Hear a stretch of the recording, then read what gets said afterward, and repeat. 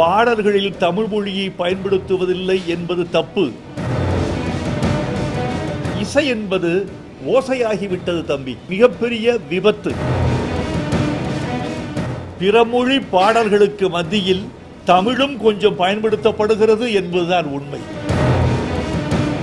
போதை பழக்கத்தை ஒழித்து ஒரு பண்பாடு இல்லை என்றால் பாரதம் இல்லை. ஒரு இசையமைப்பாளனுக்குள் ஒரு கவிஞன் இருக்கக்கூடாதா? ஆதரவு என்பது நல்ல படம், சரியில்லாத படம் என்பதை பொறுத்துத்தான் ஆதரவே தவிர தமிழ் படம் பிறமொழி படம் என்று வேறுபாடு இருப்பதாக நினைக்கவில்லை.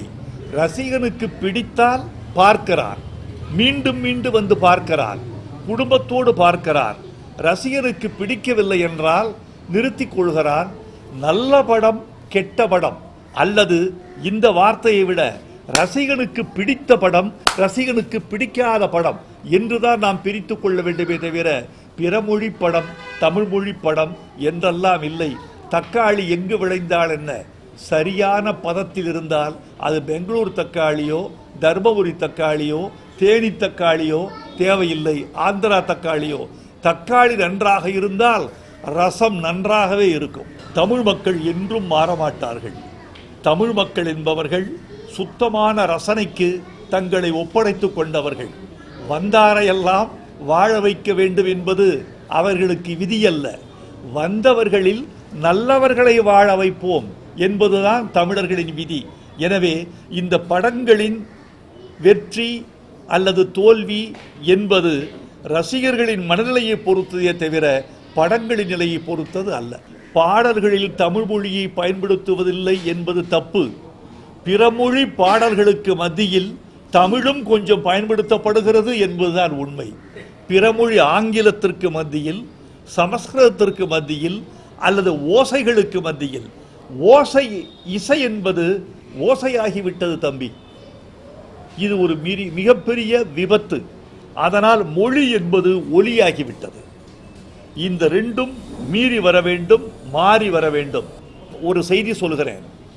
25 ஆண்டுகளுக்கு முற்பட்ட படங்கள் மீண்டும் இப்போது மறு வெளியீடு காண்கின்றன. குஷி மறு வெளியீடு காணப்பட்டது, ரிதம் மறு வெளியீடு காணப்பட்டது, மனிதன் மறு வெளியீட்டுக்கு தயாராக இருப்பதாக எனக்கு செய்தி வருகிறது. இந்த 3 படங்களையும் பாருங்கள். Rhythm A R. ரஹ்மான் வைரமுத்து, குஷி தேவா வைரமுத்து, மனிதன் சந்திரபோஸ் வைரமுத்து. இந்த படங்களெல்லாம் மறு வெளியீடு காண்பதற்கு நடிகர்களும் கதையும் வெற்றியும் மட்டும் காரணமல்ல, பாடல்கள் காரணம். பாடல் என்பது இப்போ தாழம்பூவை வைப்பாங்க பெட்டிக்குள்ள, பட்டுப்புடவைக்கு பக்கத்தில் தாழம்பூவை வைப்பாங்க. தாழம்பூவின் நறுமணமும் அதன் மருத்துவ குணமும் பட்டுப்புடவையில் பூச்சிகள் சேராமல் பார்த்து கொள்ளும். நல்ல பாடல்கள் தாழம்பூ செய்கிற வேலையை செய்கின்றன. நல்ல பாடல்கள் ஒரு படத்தை துருப்பிடிக்க விடாமலும், ஒரு படத்தை பூச்சி எரிக்க விடாமலும், ஒரு படத்தில் பழைய பாசி பிடிக்காமலும் பார்த்து கொள்கின்றன. நல்ல பாடல்கள் வேண்டுமென்றால் பழைய பாடல்களை தேடுகிறார்கள். இன்றும் அப்படித்தான் நிலைமை இருக்கிறது. வெகு விரைவில் இது மாறும். என்ன என்னுடைய கருத்து, நான் உறுதியான கருத்தை சொல்லுகிறேன். படங்களில் குடும்பம் இல்லை. குடும்பம் இல்லாமல் பாடல்கள் இல்லை. படங்களில் காதல் இல்லை. காதல் இல்லாமல் பாடல்கள் இல்லை. படங்களில் பெண்களுக்கு முக்கியத்துவம் இல்லை. பெண்களுக்கு முக்கியத்துவம் இல்லை என்றால் கதை சத்து இருக்காது. கதை சத்து இல்லை என்றால் பாட்டு சூழல் இருக்காது.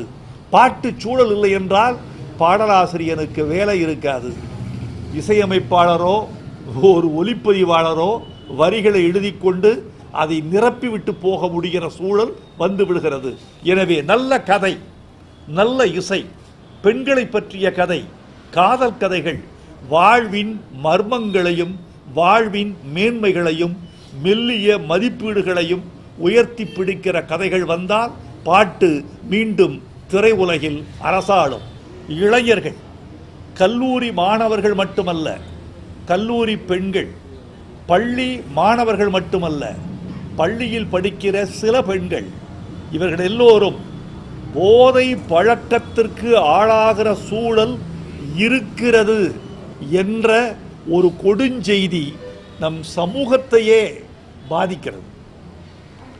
ஒரு நல்ல இளைஞன் கல்வி கற்க வேண்டிய வயதில், பாசத்தை கற்றுக்கொள்ள வேண்டிய வயதில், உழைப்பை கற்றுக்கொள்ள வேண்டிய வயதில், எதிர்கால லட்சியங்களை கற்றுக்கொள்ள வேண்டிய வயதில், காதலை கூட அனுபவிக்க வேண்டிய வயதில் போதைக்கு போய்விட்டான் என்றால் அவனுடைய அத்தனை விதமான சக்திகளும் அழிக்கப்பட்டு விடுகின்றன அல்லது சிதைக்கப்பட்டு விடுகின்றன.